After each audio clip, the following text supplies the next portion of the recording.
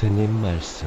더 많이 사귀어야 노후가 행복해진다는 말은 거짓말이다. 오늘 이 자리에서 그 거짓말을 하나씩 벗겨내도록 하겠다. 65세가 넘으면 인간관계는 더 넓혀야 한다고들 말한다. 더 많은 모임에 나가고, 더 많은 사람을 만나고, 더 바삐 움직여야 외롭지 않다고 한다. 그런데 정작 그렇게 살다 보면 왜 더 피곤하고, 왜 더 공허하고, 왜 더 쓸쓸한 것인가? 답은 간단하다. 방향이 틀렸기 때문이다. 노년의 행복은 채움이 아니라 비움에서 온다. 늘리는 것이 아니라 줄이는 것에서 온다. 법륜 스님께서는 오랫동안 이렇게 말씀하셨다. 괴로움의 뿌리는 항상 집착에 있다고. 젊은 날의 집착은 성취를 향한 것이었다면 나이 든 뒤의 집착은 잃어버린 것들을 붙잡으려는 것이다. 그 집착이 노년의 고통을 만들어낸다. 이제 그 집착을 하나씩 내려놓는 방법을 함께 살펴보도록 하겠다.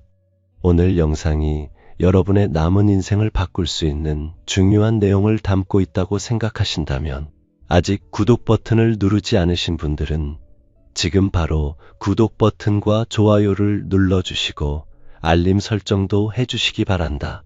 이 채널을 통해 더 많은 분들이 위로와 지혜를 얻을 수 있도록 함께 도와주시기를 부탁드린다.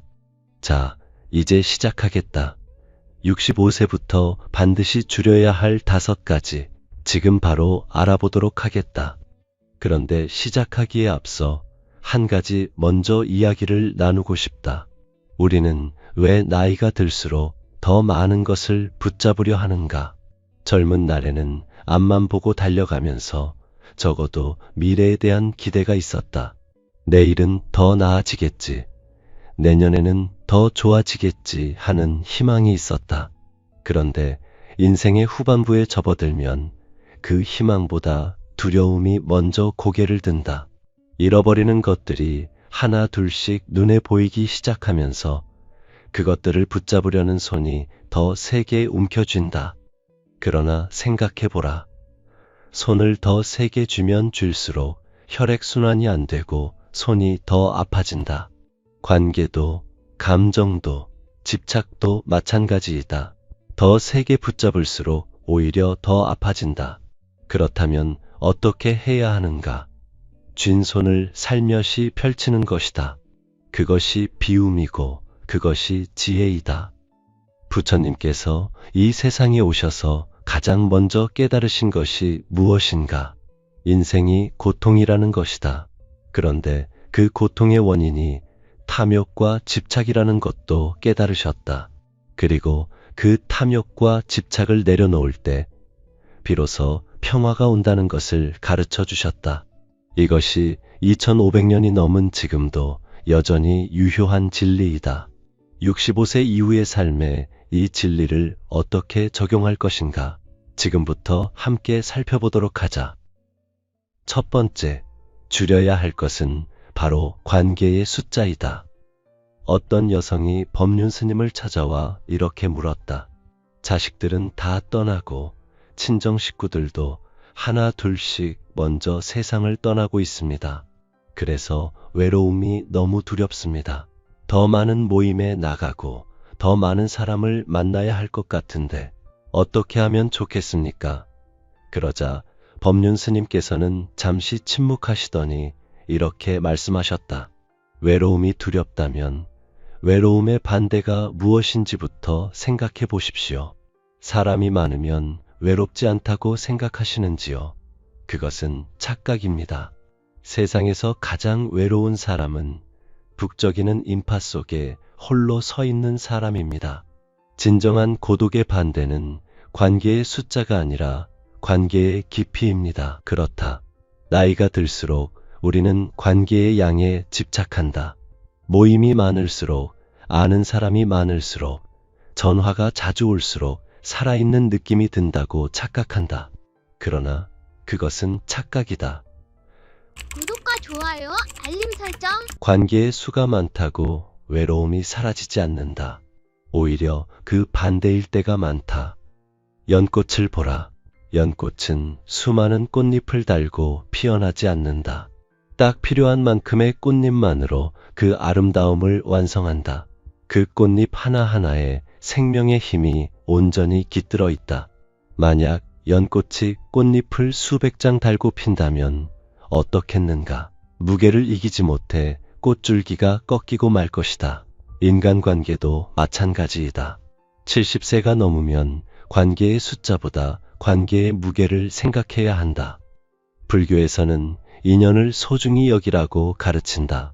그런데 이 가르침을 잘못 이해하는 분들이 많다.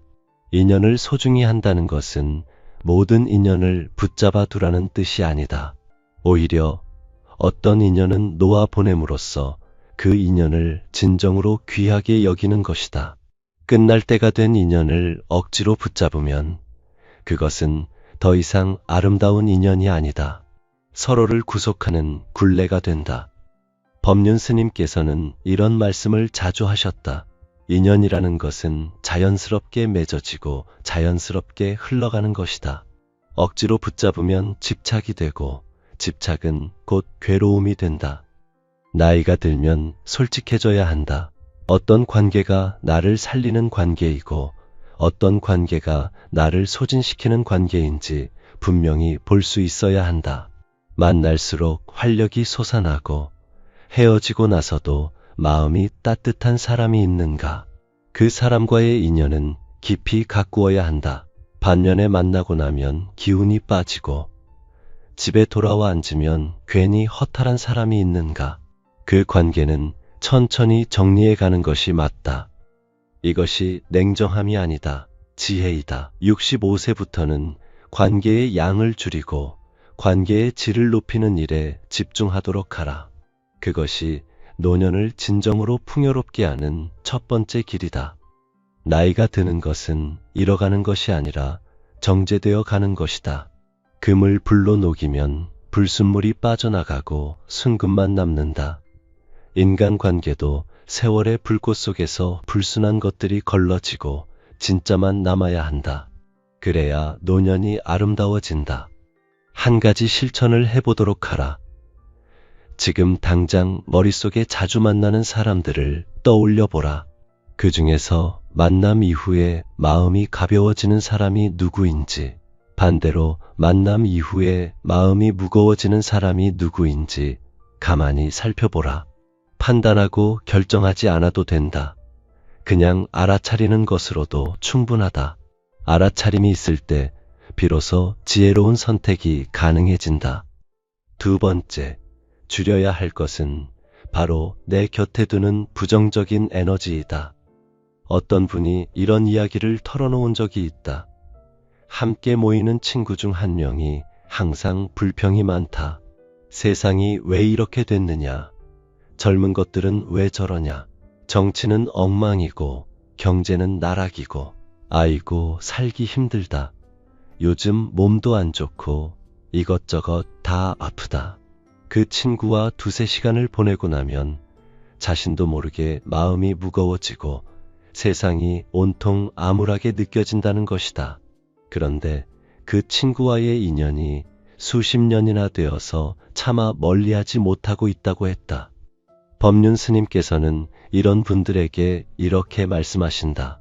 상대의 부정적인 말이 내 마음속으로 들어오는 것을 허락하지 마십시오. 그 사람의 말이 나쁜 것이 아니라 그 말이 내 마음속에서 어떻게 작용하는지를 살펴보는 것이 중요합니다. 다만 내가 그 에너지에 물들지 않도록 경계를 두는 것은 지혜로운 일입니다. 우리의 마음은 그릇과 같다.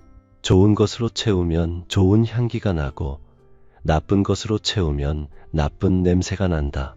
매일같이 부정적인 이야기를 듣고 자라는 마음은 결국 부정적인 세계관을 형성하게 된다.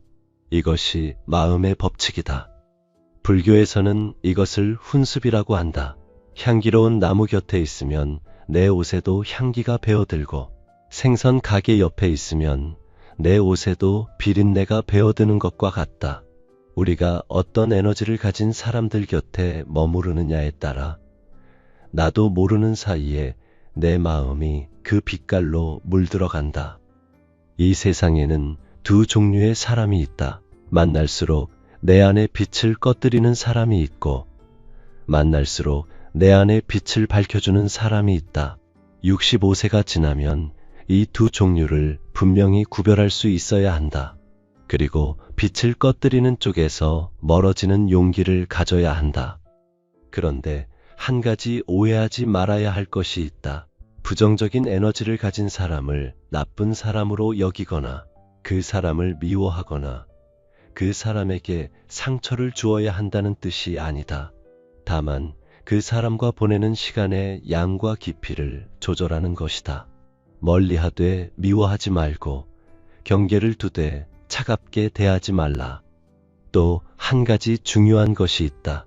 남의 부정적인 에너지를 줄이는 것도 중요하지만 더 중요한 것은 내 스스로가 부정적인 말을 줄이는 것이다.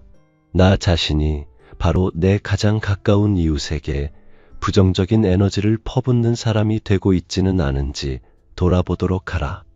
법륜 스님께서는 이런 말씀도 하셨다. 불평하는 사람 옆에 있으면 내가 고통스럽다.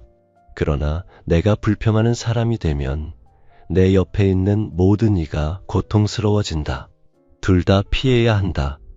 그렇다면 방법은 하나이다. 감사하는 연습을 하라는 것이다.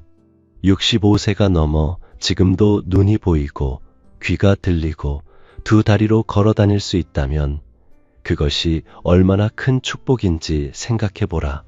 아침에 눈을 떴을 때 숨을 쉴 수 있다는 것이, 오늘 하루 밥 한 끼를 먹을 수 있다는 것이, 창밖에 계절이 흐르는 것을 볼 수 있다는 것이 얼마나 귀한 일인지 자주 떠올리도록 하라. 그 감사함이 쌓이면 자연스럽게 내 입에서 나오는 말도 달라진다. 말이 달라지면 내 주변의 사람도 달라진다. 옛말에 소문만 복내라는 말이 있다. 웃으면 복이 온다는 뜻이다. 이것은 단순한 옛 이야기가 아니다. 웃음이 있는 곳에 좋은 에너지가 모이고 밝은 기운이 함께하는 이치를 담은 말이다. 내 얼굴에 찡그림이 가득하면 복도 그 찡그림을 보고 발길을 돌린다. 내 얼굴에 따뜻한 미소가 피어날 때 복도, 좋은 인연도, 건강도 모여드는 것이다. 부정적인 에너지를 줄이는 것은 단순히 관계를 정리하는 것이 아니다. 내 안의 불평을 걷어내고 내 입술에서 나오는 말을 정갈하게 다듬어가는 일이다. 그것이 내 노년을 지키는 두 번째 지혜이다. 세 번째, 줄여야 할 것은 배우자를 당연하게 여기는 마음이다. 이것이 가장 중요할지도 모른다. 아니, 어쩌면 이것이 노년 행복의 핵심일지도 모른다. 어느 날 한 남성이 법륜 스님께 이런 말을 했다. 스님, 저는 이제 70이 훌쩍 넘었습니다. 젊은 날 열심히 일만 하며 살았는데 이제 보니 아내에게 너무 소홀했던 것 같습니다. 아내도 이제 늙어가고 있고 나도 몸이 자꾸 아파옵니다. 이제라도 아내한테 잘해야겠다는 생각이 드는데 어떻게 하면 좋겠습니까? 법륜 스님께서는 그분의 손을 가만히 잡아주시며 이렇게 말씀하셨다. 잘 하겠다는 결심을 하는 것이 아닙니다. 지금 당장 아내 곁에 앉아서 그 손을 잡아주시기 바랍니다. 말 한마디 하지 않아도 됩니다. 그냥 옆에 있어주는 것, 그것이 가장 큰 사랑입니다. 그렇다. 우리는 종종 가장 중요한 것을 가장 당연하게 여긴다. 수십 년을 함께 살다 보면 배우자는 마치 공기처럼 느껴진다. 있을 때는 그 소중함을 모르다가 없어지고 나서야 비로소 그 존재의 무게를 느끼게 된다. 인생의 고락을 함께한 배우자는 이 세상 그 어떤 존재보다 귀하다. 젊은 날 힘들고 어려웠을 때 함께 버텨주었고, 실패하고 쓰러졌을 때 곁에서 손을 내밀어 주었고, 아이들을 키우며 밤새워 함께 걱정하던 사람이다. 그 세월의 무게, 그 동행의 깊이를 지금 다시 한번 들여다보도록 하라. 부처님께서는 이런 말씀을 남기셨다. 이 세상에서 가장 가깝고도 멀리 있는 것이 무엇인가? 바로 내 곁에 있는 사람이다. 눈에 보이고 손에 잡히지만 그 마음을 제대로 알려 하지 않는다면 그것이야말로 가장 먼 존재가 된다. 65세가 넘으면 자식들은 이미 각자의 삶을 살아가고 있다. 친구들도 하나둘씩 세상을 떠나거나 몸이 불편해져 멀어진다. 그 빈자리를 채워줄 수 있는 사람은 결국 배우자뿐이다. 이제 그 배우자를 귀빈처럼 모시도록 하라. 귀빈처럼 모신다는 것이 거창한 것이 아니다. 아침에 일어나면 따뜻하게 눈을 마주치고 인사를 나누는 것이다. 밥을 먹을 때 맛있냐고, 오늘 몸은 좀 어떠냐고 물어보는 것이다. 함께 바람 쐬러 동네 한 바퀴 도는 것이다. 텔레비전을 보다가도 옆자리에 앉아 함께 보는 것이다. 어떤 분은 이렇게 말한다. 평생 그렇게 안 살았는데 이제 새삼스럽게 어떻게 하냐고. 그런데 생각해보라. 새삼스러워서 못한다면 언제 하겠는가? 지금 이 순간이 가장 젊은 날이다. 오늘이 가장 빠른 날이다. 법륜 스님께서는 부부 관계에 대해 이런 말씀을 자주 하셨다. 부부는 서로를 이해하려 하기보다 서로를 위해 기도하는 연습을 먼저 하라. 저 사람이 오늘도 건강하기를, 저 사람이 오늘도 마음 편안하기를 마음속으로 빌어주는 것이다. 그 기도가 쌓이면 자연스럽게 말이 부드러워지고 표정이 따뜻해지고 행동이 달라진다. 노년의 외로움과 병마를 막아주는 가장 강력한 방패는 돈도 아니고 자식도 아니다. 바로 배우자와의 따뜻한 동행이다. 수십 년 동안 함께 쌓아온 삶의 무게 위에서 이제 그 무게를 서로 나누며 가볍게 걸어가는 것. 그것이 노년의 가장 아름다운 풍경이다. 배우자를 당연하게 여기는 마음을 줄이고 고마움을 표현하는 일을 늘리도록 하라. 그것이 세 번째 지혜이다. 어떤 남편이 이런 이야기를 한 적이 있다. 평생 아내에게 사랑한다는 말 한마디 한 적이 없다고 했다. 쑥스럽기도 했고 말하지 않아도 알겠지 하는 생각도 있었다. 그런데 아내가 큰 병에 걸리고 나서야 비로소 그 말을 처음으로 꺼냈다고 한다. 아내의 눈에서 눈물이 흘렀다고 한다. 기뻐서 우는 것인지 서운해서 우는 것인지 물어볼 수도 없었다고 했다. 그분은 이렇게 말씀하셨다. 스님, 그때 왜 좀 더 일찍 하지 못했나 후회가 됩니다. 법륜 스님께서는 조용히 말씀하셨다. 지금 하셨으니 된 겁니다. 늦은 것이 아닙니다. 다만 오늘 이후로는 매일 하십시오. 그렇다. 말하지 않아도 알겠지 하는 마음이 가장 위험하다. 표현하지 않은 사랑은 상대에게 전달되지 않는다. 오늘 당장 배우자에게 감사하다는 말, 사랑한다는 말을 전하도록 하라. 어색하면 어색한 대로 해도 된다.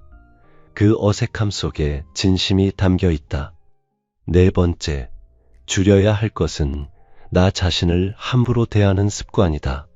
이 네 번째 이야기를 하면서 많은 분들이 처음에는 고개를 갸우뚱하신다. 자신을 함부로 대한다니 무슨 말이냐고. 그런데 가만히 돌아보면 대부분의 사람들이 자기 자신에게 가장 가혹하다는 것을 알게 된다.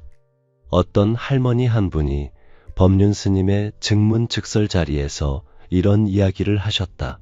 스님, 저는 평생을 남편 뒷바라지하고 자식들 키우고 시부모님 모시느라 살아왔습니다. 이제 자식들도 다 크고 시부모님도 돌아가시고 남편도 몸이 불편해서 제가 돌보고 있습니다. 그런데 저는 아직도 제 자신이 무언가를 원한다는 것을 느끼면 죄스럽습니다. 내가 뭔가 즐거운 것을 하고 싶다는 생각이 들면 이게 이기적인 것이 아닌가 하고 스스로를 꾸짖게 됩니다. 이런 마음 어떻게 생각하십니까? 법륜 스님께서는 잠시 그 할머니를 바라보시더니 이렇게 말씀하셨다. 지금까지 모든 사람을 위해 사셨다면 이제는 자기 자신을 위해서도 사셔야 합니다. 그것이 이기적인 것이 아닙니다. 내가 행복해야 곁에 있는 사람도 행복해집니다. 비어있는 그릇으로는 남에게 아무것도 줄 수 없습니다. 그렇다. 65세가 넘은 분들, 특히 평생을 가족을 위해 헌신해온 분들은 자기 자신을 사랑하는 법을 배우지 못한 경우가 많다.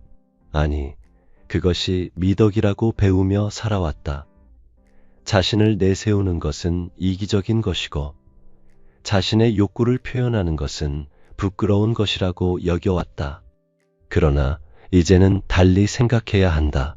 나를 귀빈처럼 대우한다는 것이 무엇인가? 먹고 싶은 것을 먹는 것이다. 입고 싶은 것을 입는 것이다.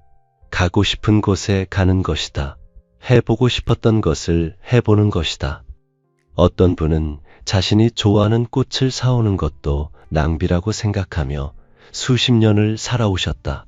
그런데 어느 날 용기를 내어 시장에서 작은 꽃 한 다발을 사서 방에 놓아두었더니 마음이 그렇게 밝아질 수가 없었다고 하셨다.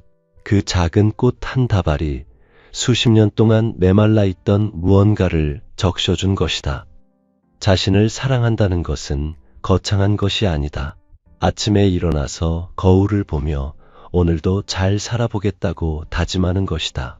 좋아하는 음악을 틀어놓고 천천히 차 한 잔을 마시는 것이다. 잠들기 전에 오늘 하루 잘 살았다고 스스로를 토닥여주는 것이다. 불교에서는 자비를 먼저 나 자신에게 베풀어야 한다고 가르친다. 자비는 남에게 베푸는 것이라고만 알고 있지만 사실 자비의 출발점은 나 자신이다. 내가 먼저 행복해야 남을 행복하게 할 수 있다. 내가 먼저 평안해야 남에게 평안을 줄 수 있다. 나를 함부로 대하는 또 하나의 방식이 있다. 바로 지나친 자책이다. 젊은 날 잘못한 일들, 좀 더 잘할 수 있었는데 그러지 못했던 것들을 끊임없이 되씹으며 스스로를 괴롭히는 것이다. 법륜 스님께서는 이런 분들에게 이렇게 말씀하셨다. 이미 지나간 일을 후회하는 것은 지금 이 순간을 낭비하는 것입니다. 그 에너지로 지금 이 순간 한 가지 좋은 일을 하십시오. 65세가 넘으면 자기 자신을 하녀처럼 대하는 것을 그만하도록 하라. 남의 눈치를 보느라 자신을 억누르는 것을 그만하도록 하라. 이제는 나 자신을 최고의 귀빈으로 대우할 자격이 있다. 그 누구보다 오랫동안 열심히 살아온 사람, 그것이 바로 여러분 자신이다. 내가 나를 귀하게 여길 때 우주의 좋은 기운이 내 곁으로 모여든다. 내 마음이 밝고 따뜻할 때 세상도 밝고 따뜻하게 느껴진다. 그것이 마음의 법칙이고 그것이 우주의 이치이다. 한 가지 더 이야기하고 싶다. 자신을 사랑한다는 것은 자신을 방치하는 것이 아니다. 나이가 든다고 해서 건강을 포기하거나 외모를 포기하거나 삶의 질을 포기해서는 안 된다. 오히려 더 정성껏 나 자신을 돌보아야 한다.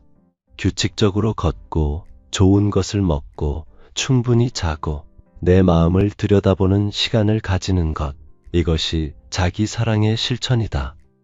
어떤 분이 이런 이야기를 하셨다. 68살에 처음으로 미용실에서 머리를 예쁘게 했다. 평생 자식들 학비 내고 남편 뒷바라지 하느라 미용실은 사치라고 생각했다. 그런데 그날 거울을 보고 처음으로 자신이 예쁘다는 생각이 들었다. 그리고 집에 들어오는데 남편이 오늘 왜 이렇게 예쁘냐고 했다. 그게 평생 들은 칭찬 중에 가장 기뻤다고 하셨다. 나를 위해 쓰는 시간과 돈이 결국 내 주변 모든 사람을 밝게 만든다는 것을 그때 처음 깨달았다고 하셨다. 5번째, 줄여야 할 것은 혼자 있는 것에 대한 두려움이다. 이 5번째가 어쩌면 가장 어려운 과제일지도 모른다. 혼자 있다는 것을 외로움으로 여기는 한 노년의 평화는 오지 않는다. 어느 날 법륜 스님 앞에 나이 지긋한 분이 앉아 이렇게 하소연을 하셨다. 스님, 자식들이 다 독립하고 나서부터 집에 혼자 있는 시간이 너무 두렵습니다.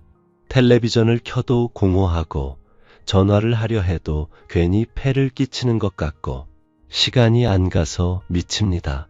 어떻게 하면 이 외로움에서 벗어날 수 있겠습니까? 법륜 스님께서는 그분에게 되물으셨다. 혼자 있는 것이 왜 두려우십니까? 그분이 말씀하셨다.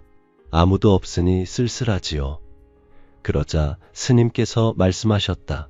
아무도 없는 것이 아닙니다. 내가 있습니다.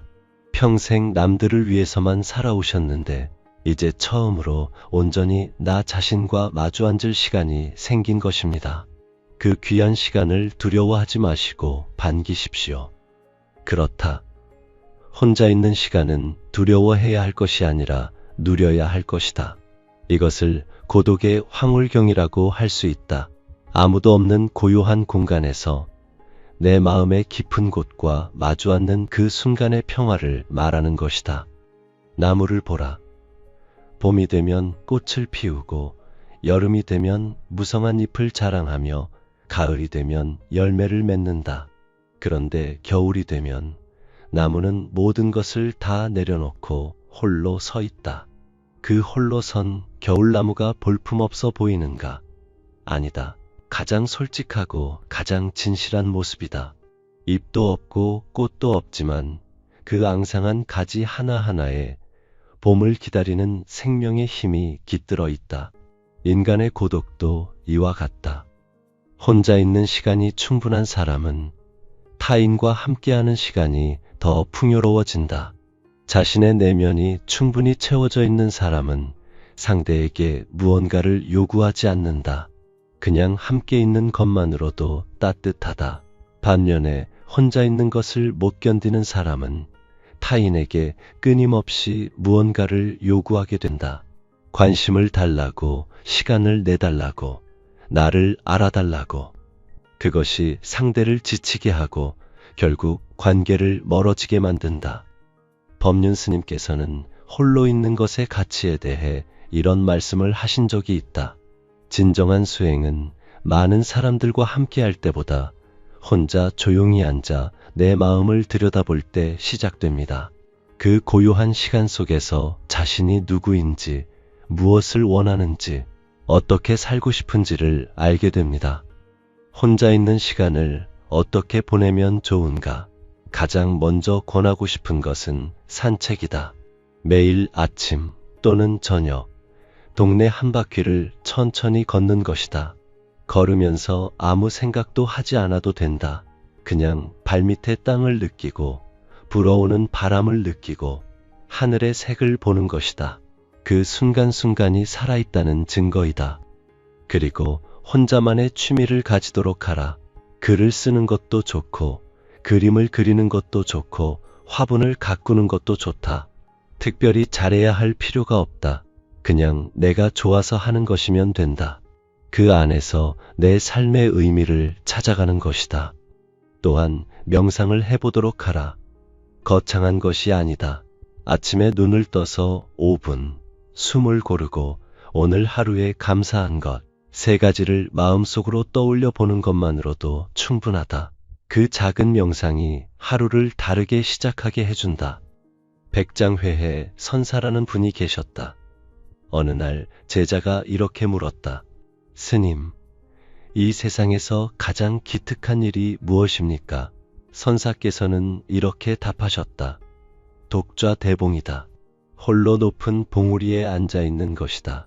이 말은 단순히 산 꼭대기에 혼자 올라가 앉아 있으라는 뜻이 아니다. 잡념에 사로잡히지 않고 남의 눈치에 흔들리지 않고 내 자리에서 당당하게 밝은 정신으로 홀로 서 있는 것, 그것이 가장 기특한 일이라는 뜻이다. 혼자 있는 것을 두려워하지 말도록 하라. 고독은 공허함이 아니다. 고독은 나 자신과 가장 깊이 대화하는 시간이다. 그 대화 속에서 이제껏 미처 몰랐던 나의 새로운 면을 발견하게 된다. 그리고 그 발견이 노년의 가장 큰 기쁨이 될 수 있다. 어떤 분이 남편을 먼저 보내고 2년이 지나 이런 이야기를 하셨다. 처음에는 혼자 있는 것이 너무 무서웠다. 집안에 발소리도 없고 말소리도 없고 그 침묵이 너무 커서 숨이 막힐 것 같았다. 그래서 텔레비전을 켜놓은 채로 잠을 자고 라디오를 켜놓은 채로 밥을 먹었다. 그런데 어느 날 법륜 스님 법문을 듣다가 마음이 달라졌다. 집안의 그 고요함이 남편의 부재를 증명하는 것이 아니라 내가 온전히 나 자신으로 존재할 수 있는 공간이라는 생각이 든 것이다. 그날부터 텔레비전을 끄고 그 고요함 속에 가만히 앉아 있는 연습을 했다. 처음에는 5분, 그 다음에는 10분, 그 다음에는 1시간. 그 고요함 안에서 오히려 남편과 더 깊이 이야기하는 기분이 들었다고 하셨다. 그리고 그 안에서 처음으로 자기 자신의 목소리를 들었다고 하셨다. 고독은 결핍이 아니다. 고독은 충만이다. 단순함이 단조로움이 아니듯 고독도 외로움이 아니다. 고독은 가장 깊고 가장 넓은 내면의 공간이다. 그 공간에서 진정한 나를 만나게 된다. 65세 이후의 인생은 사실 두 번째 인생이다. 첫 번째 인생이 의무와 역할로 가득 찬 인생이었다면 두 번째 인생은 진정한 나 자신으로 살아가는 인생이다. 그 두 번째 인생의 가장 큰 선물이 바로 혼자 있는 시간, 즉 고독과 자유이다. 자, 이제 오늘 이야기한 5가지를 다시 한번 정리해 보겠다. 첫째, 관계의 숫자를 줄이고 관계의 깊이를 키워야 한다. 둘째, 부정적인 에너지를 내 곁에서 줄이고 나 자신도 부정적인 말을 줄여야 한다. 셋째, 배우자를 당연하게 여기는 마음을 줄이고 그 존재를 귀빈처럼 소중히 대해야 한다. 넷째, 나 자신을 함부로 대하는 습관을 줄이고 내 자신을 귀하게 사랑해야 한다. 다섯째, 혼자 있는 것에 대한 두려움을 줄이고 고독의 황홀경을 누릴 줄 알아야 한다. 이 5가지가 결국 하나로 이어진다는 것을 느끼는가? 결국 모든 것은 내 마음에서 시작된다. 어떤 관계를 선택할 것인지, 어떤 에너지를 받아들일 것인지, 가장 가까운 사람을 어떻게 대할 것인지, 나 자신을 어떻게 돌볼 것인지, 혼자 있는 시간을 어떻게 채울 것인지, 이 모든 것이 결국 내 마음을 어떻게 먹느냐에 달려 있다.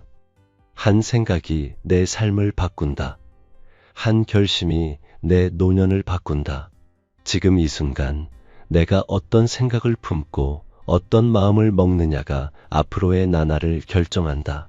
선한 씨앗을 뿌리면 선한 열매가 오고 감사의 씨앗을 뿌리면 기쁨의 열매가 온다.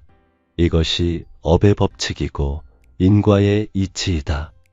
법륜 스님께서는 이 세상에서 가장 어렵고도 가장 중요한 공부는 나 자신을 아는 것이라고 하셨다. 나는 무엇을 원하는 사람인가? 나는 어떤 것에 기쁨을 느끼는가? 나는 무엇을 두려워하고 있는가? 이것을 아는 것, 그것이 바로 지혜의 시작이다. 나이가 든다는 것은 단순히 몸이 늙어가는 것이 아니다. 나이가 든다는 것은 쓸데없는 것들이 하나 둘씩 걸러지고 진짜 소중한 것만이 남아가는 과정이다. 금이 불에 녹아 순금이 되듯 인생도 세월의 불꽃 속에서 더욱 맑아지고 빛나게 되는 것이다. 단, 그것을 허락하는 지혜가 있을 때의 이야기이다. 지금도 기억나는 이야기가 있다. 한 분이 이런 말씀을 하셨다. 65되던 해, 처음으로 아침 산책을 시작했다. 거창한 것이 아니었다. 그냥 동네 뒷산을 20분 정도 천천히 걸었다. 그런데 그 20분이 하루를 완전히 바꾸어 놓았다. 바람의 냄새를 맡고 새소리를 듣고 발밑에 땅의 감촉을 느끼면서 살아있다는 것이 이렇게 감사한 일이었구나 하는 것을 처음으로 느꼈다. 그 이후로 매일 그 시간이 하루 중 가장 기다려지는 시간이 되었다. 이 이야기 속에 모든 것이 담겨 있다. 관계를 줄이고, 부정적인 것을 줄이고, 가장 가까운 일을 귀하게 여기고, 나 자신을 사랑하고, 혼자 있는 시간을 즐기는 것. 그 모든 것이 결국 지금 이 순간, 살아있음에 감사하는 것으로 귀결된다. 불교 경전에는 이런 말이 있다. 지나간 일을 슬퍼하지 말고 미래에 대해 바라지 말라. 다만 현재에 충실해야 그 아름다운 빛이 난다. 이 말을 가슴에 새기도록 하라. 지나간 세월을 아쉬워하지 말도록 하라. 아직 오지 않은 노쇠와 죽음을 미리 두려워하지 말도록 하라. 지금 이 순간, 여기에 살아있는 이 순간이 가장 소중하다. 이 순간이 우리에게 주어진 가장 큰 선물이다. 틱나탄 스님은 이런 말씀을 남기셨다. 삶의 기적은 지금 여기에 있다. 파란 하늘, 하얀 구름, 우리가 사랑하는 사람들, 이 모든 것이 삶의 진정한 기적이다. 그러나 우리가 과거 때문에 괴로워하고 미래를 두려워하며 걱정하고 있으면 지금 여기에서 세상의 모든 기적과 결코 만날 수 없을 것이다. 지금 이 순간 눈을 들어 주변을 한번 바라보도록 하라. 무엇이 보이는가? 빛이 들어오는 창문, 따뜻한 방 안, 숨을 쉴 수 있는 공기. 이것들이 모두 기적이다. 65세가 넘어 이런 기적들을 온전히 느낄 수 있는 눈과 마음을 갖는다는 것. 그것이 가장 풍요로운 노년이다. 노년은 채움이 아니라 비움을 통해 가장 나다운 평온을 완성해가는 과정이다. 비워야 새 것이 들어온다. 내려놓아야 가벼워진다. 가벼워져야 멀리 갈 수 있다. 그것이 65세 이후 인생의 진정한 비밀이다. 가을 나무를 보라. 여름 내내 무성하게 잎을 달고 있던 나무가 가을이 되면 하나씩 그 잎을 내려놓기 시작한다. 그 낙엽 하나하나가 아깝지 않겠는가? 그런데 나무는 아깝다고 붙잡지 않는다. 그냥 내려보낸다. 그래야 겨울을 건강하게 나고 다시 봄에 새 잎을 틔울 수 있다는 것을 나무는 알고 있기 때문이다. 우리의 노년도 그 가을나무처럼 아름답게 내려놓을 줄 알아야 한다. 그래야 새로운 봄이 온다. 오늘 이 자리에서 한 가지만 기억하도록 하라. 지금 이 순간 내 곁에 있는 것들을 다시 한번 바라보도록 하라. 창밖의 하늘, 방 안의 따뜻함, 숨을 쉴 수 있다는 것, 오늘 이 영상을 함께 볼 수 있다는 것, 이 모든 것이 기적이다. 이 기적을 느끼는 마음이 깨어있는 사람만이 진정한 노년의 평화를 누릴 수 있다. 마지막으로 법륜 스님의 말씀을 마음속에 새기며 오늘을 마치도록 하겠다. 행복은 먼 곳에 있는 것이 아니다. 지금 여기, 이 자리에서 내 마음을 어떻게 먹느냐에 달려있다. 65세부터는 더하는 삶이 아니라 빼는 삶을 살도록 하라. 관계를 줄이고 부정적인 것을 줄이고 타인을 귀히 여기고 나를 사랑하고 혼자임을 즐기도록 하라. 그 안에서 여러분의 노년이 가장 맑고 향기로운 꽃으로 피어나기를 진심으로 바란다. 인생은 찰나의 연속이다. 어제의 나와 오늘의 내가 다르다. 겉으로 보기에는 같은 사람 같아도 오늘의 나는 어제의 나보다 더 많은 것을 알고 더 많은 것을 느끼고 더 많은 것을 경험한 새로운 사람이다. 그러니 오늘 이 자리에서 새롭게 시작할 수 있다. 늦지 않았다. 지금이 가장 빠른 때이다. 오늘 영상이 여러분께 조금이나마 위로와 힘이 되었기를 바란다. 이 영상이 좋으셨다면 아래 구독 버튼과 좋아요를 눌러주시고 이 내용이 필요한 분이 계신다면 주변에 공유해 주시기를 부탁드린다. 여러분의 응원이 이 채널이 더 많은 분들께 위로를 전할 수 있게 하는 힘이 된다.